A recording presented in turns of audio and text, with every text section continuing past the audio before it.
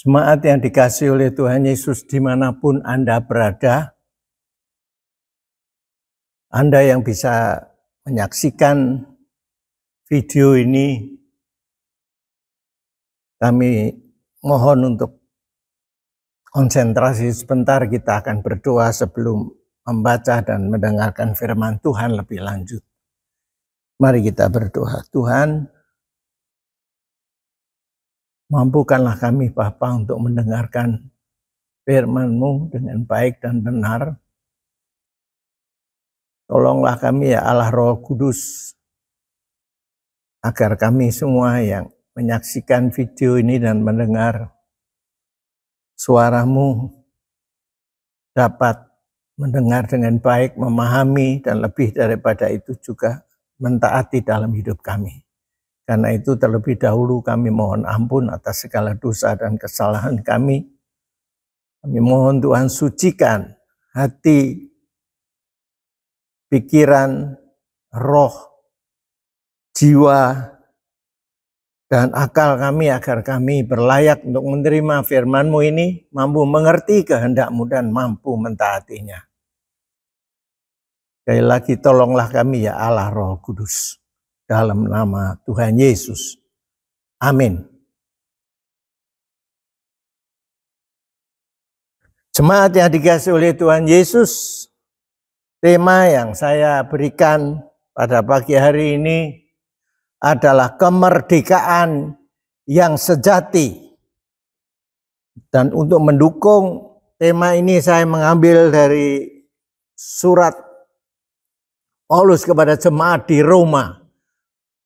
Roma pasal yang ke-5 ayat yang ke-15 hingga ke-21. Demikian firman Tuhan.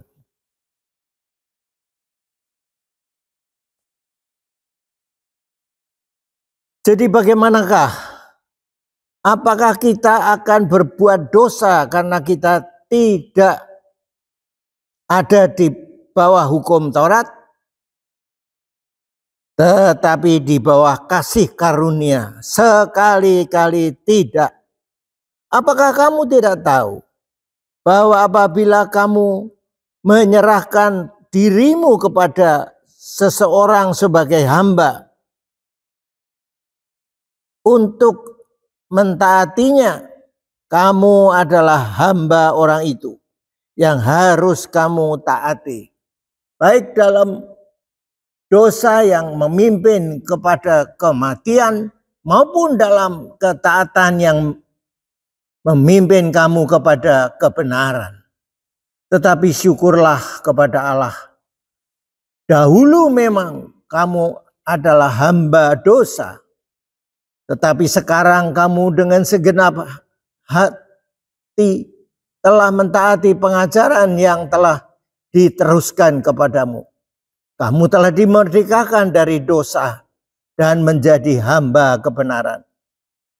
Aku mengatakan hal ini secara manusia karena kelemahan kamu.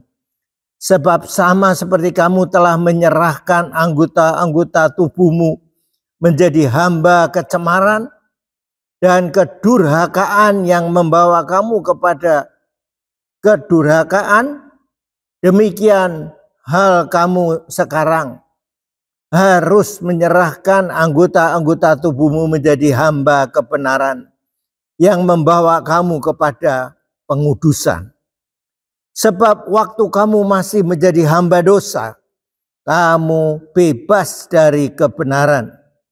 Dan buah apakah yang kamu petik daripadanya?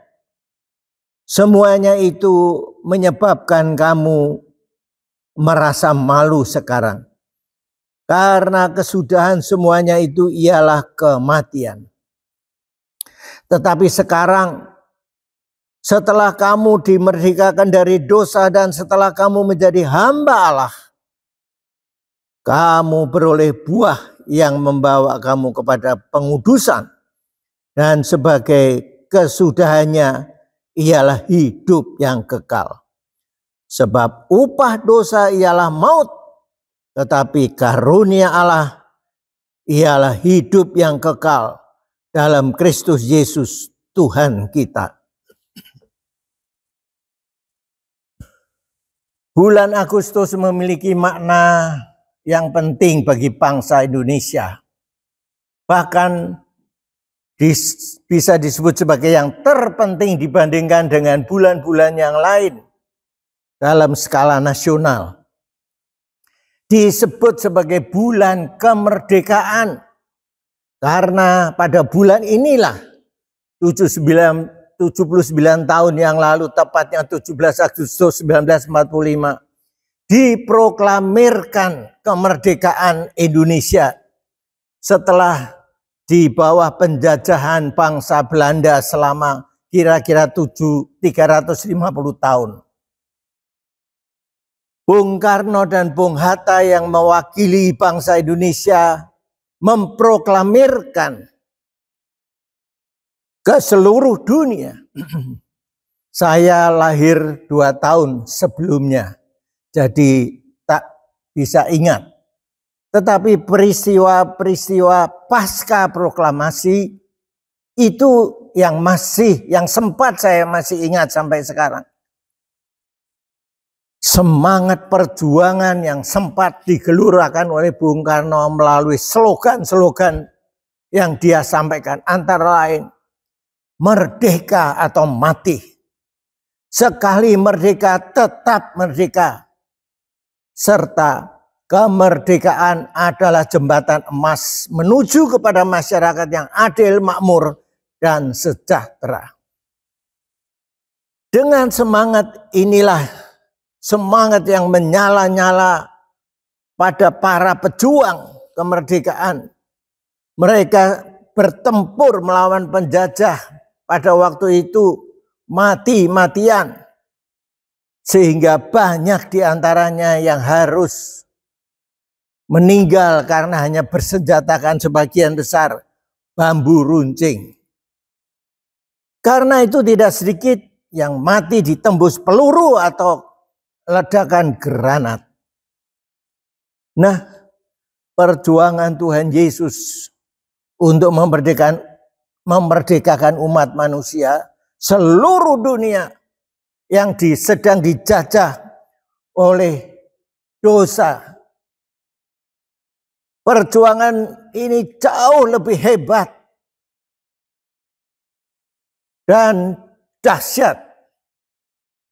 Mari kita simak lebih lanjut perjuangan Tuhan Yesus ini. Slogan pertama yang disampaikan oleh Bung Karno ialah merdeka atau mati. Slogan ini sangat ampuh untuk membakar semangat para pejuang berperang melawan penjajah. Tekad mereka adalah lebih baik mati daripada terjajah. Mereka berjuang sampai titik darah penghabisan.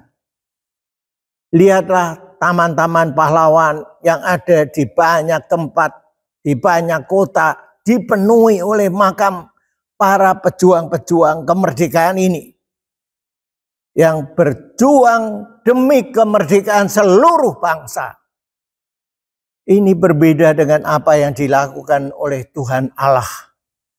Dia rela mengorbankan anaknya yang tunggal, yaitu Tuhan Yesus Kristus, untuk mati di kayu salib dalam rangka untuk memerdekakan seluruh umat manusia di seluruh dunia yang telah menjadi korban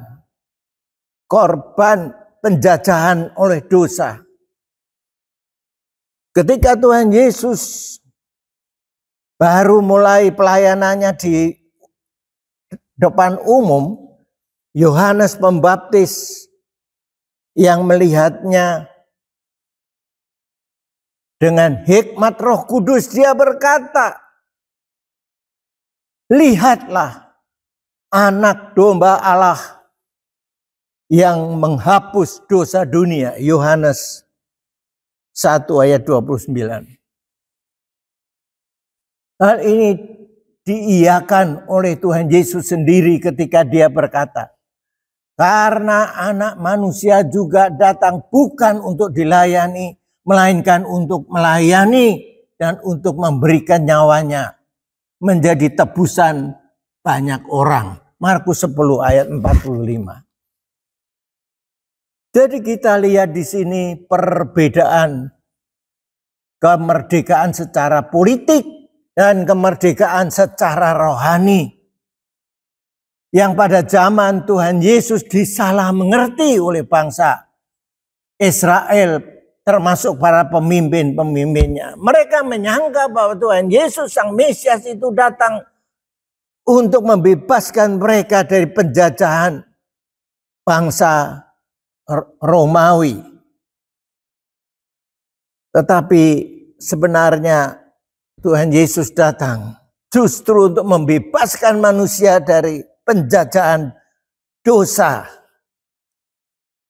Nah, jemaat yang dikasih oleh Tuhan Yesus, mendengar pengajaran Tuhan Yesus yang begitu luar biasa, penuh kuasa dan mujizat-mujizat yang dia lakukan, membuat orang-orang banyak bangsa Israel itu mereka terkagum-kagum dan mereka sangat antusias sekali untuk menjadikan Yesus menjadi raja mereka, menjadi pemimpin mereka yang akan memimpin mereka melawan penjajahan, yaitu bangsa Romawi.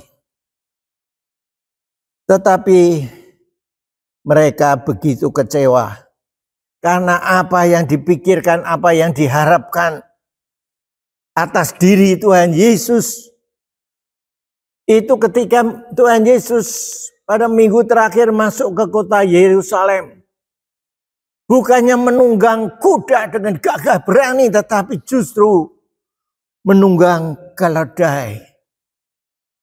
Nah, jadi mereka sangat-sangat kecewa.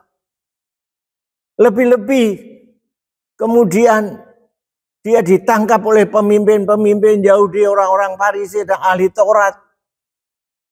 Seperti tidak berdaya, tidak mampu melawan. Sehingga mereka, kalau pada waktu Tuhan Yesus masuk ke kota Yerusalem, mereka berteriak, Hosana, Hosana. Dengan gegap gempita. Tetapi setelah melihat apa yang terjadi tidak lama kemudian, apa yang diharapkan untuk memimpin mereka, menjadi raja mereka melawan penjajahan, berubah. Bahkan akhirnya mereka dengan tidak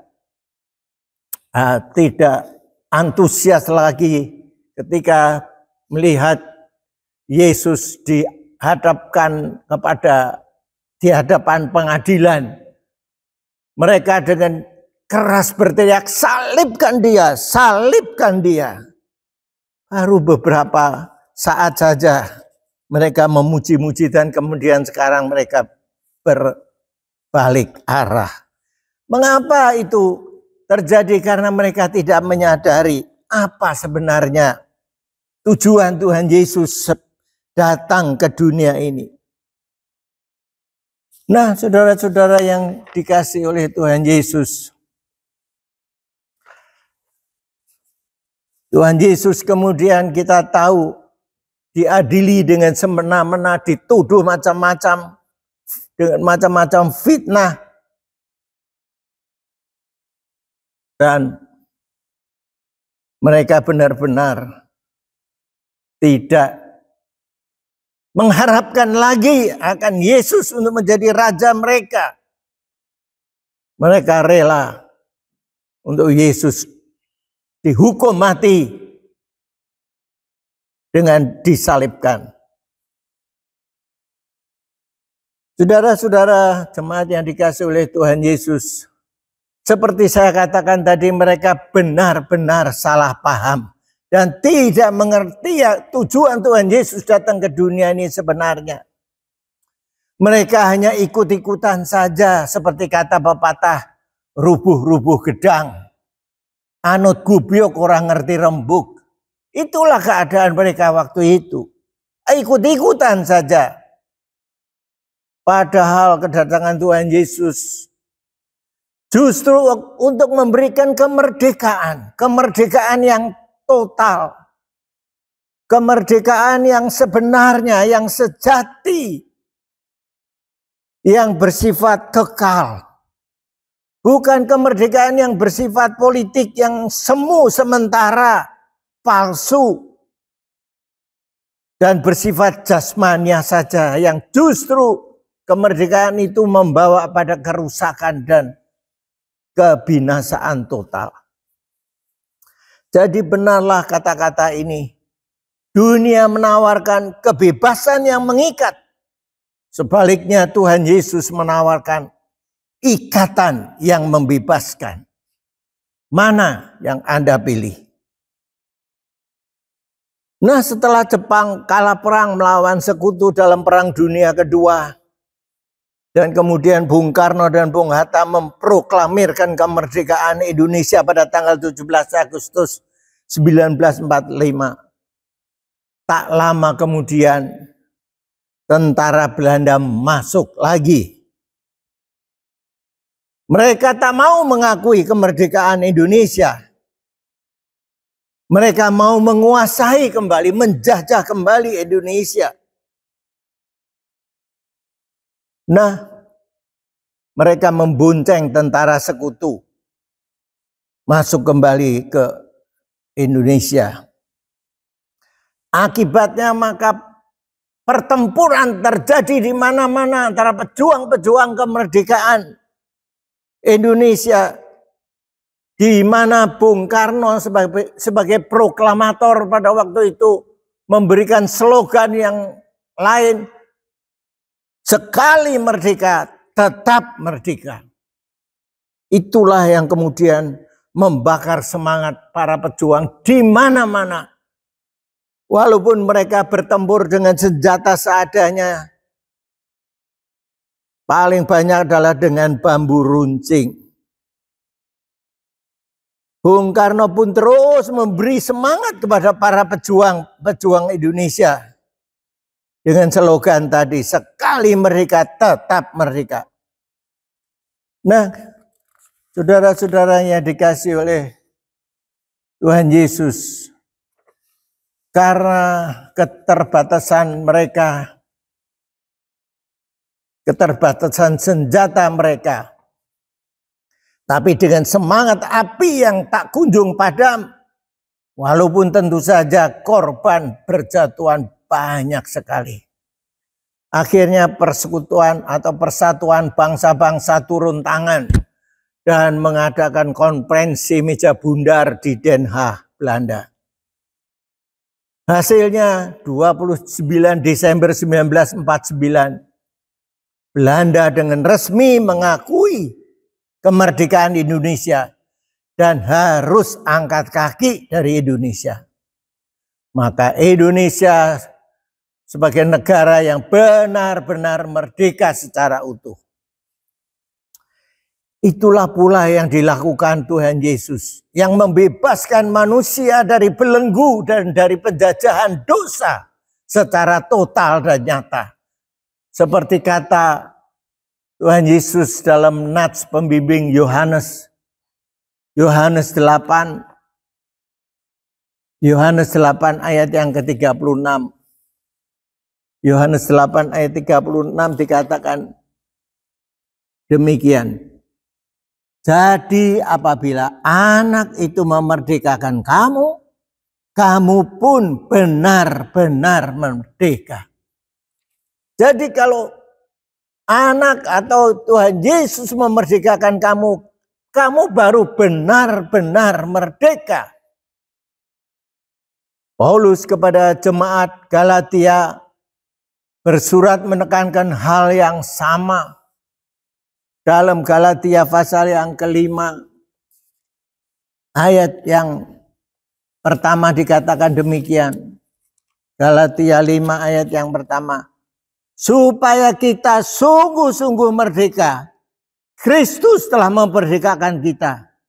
Karena itu berdirilah teguh dan jangan mau lagi dikenakan kuk perhambaan. Sama Kita sudah merdeka dari jangan sampai kita diperhambakan lagi, dijajah lagi oleh dosa. Jemaat yang dikasihi oleh Tuhan Yesus, ingatlah kita ini dibebaskan dari hukuman dosa dan juga dari ikatan atau perhambaan dosa. Maka jangan kita membiarkan kebebasan kita direbut kembali oleh iblis. Karena iblis, kita ingat, tidak tinggal diam.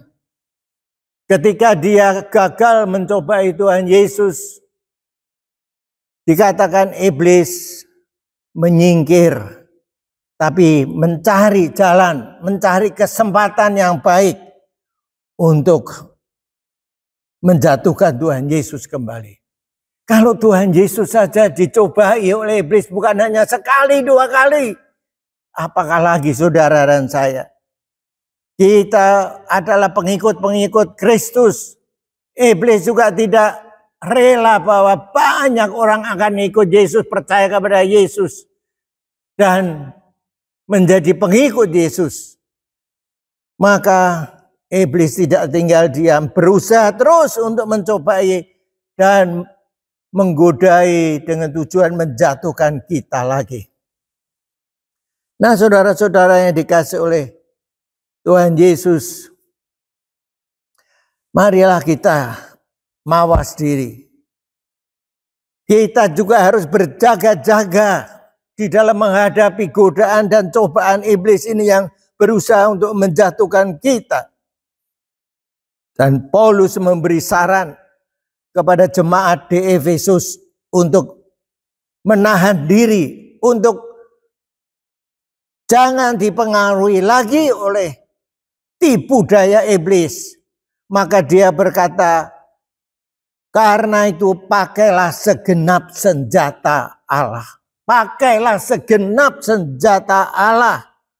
Kenakanlah seluruh perlengkapan senjata Allah, supaya kamu dapat bertahan melawan tipu muslihat iblis.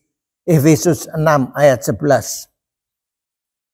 Semua senjata Allah itu bisa kita dapatkan di dalam firman Tuhan.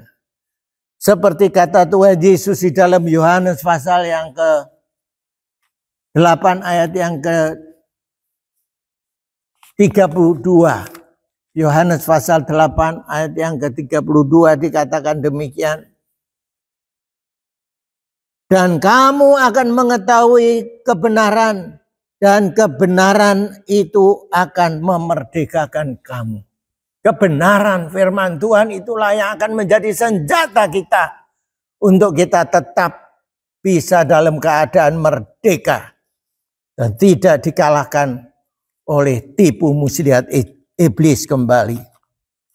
Slogan ketiga yang diucapkan oleh Bung Karno adalah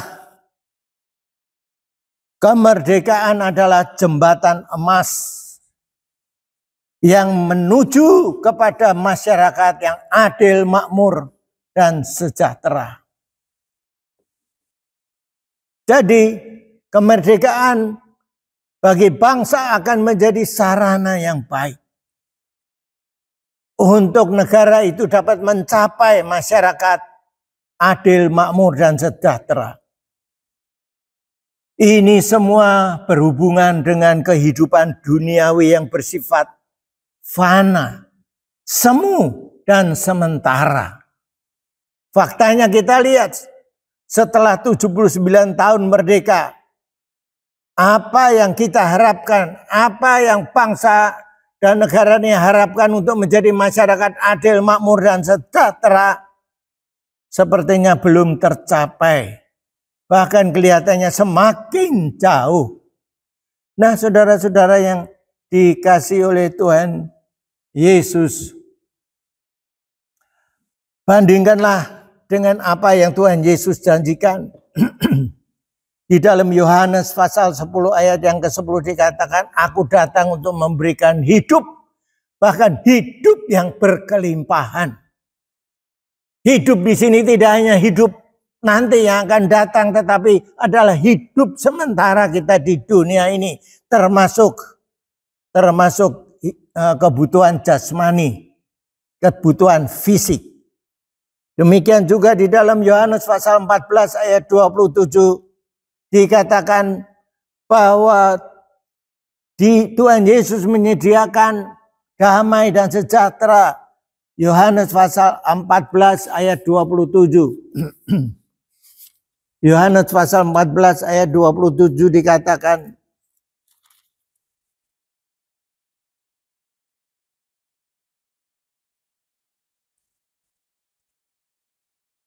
damai sejahtera ku tinggalkan bagimu. Damai sejahteraku ku berikan kepadamu. Dan apa yang ku berikan tidak seperti yang diberikan oleh dunia kepadamu. Janganlah gelisah dan gentar hatimu.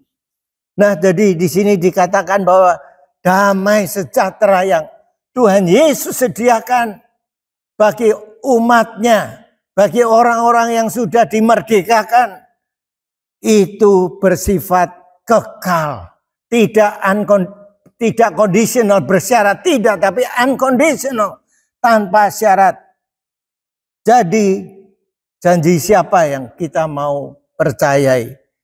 Janji siapa yang kita mau pegang? Apakah damai atau kemerdekaan yang dunia tawarkan, atau damai dan sejahtera, keadilan yang Tuhan Yesus berikan?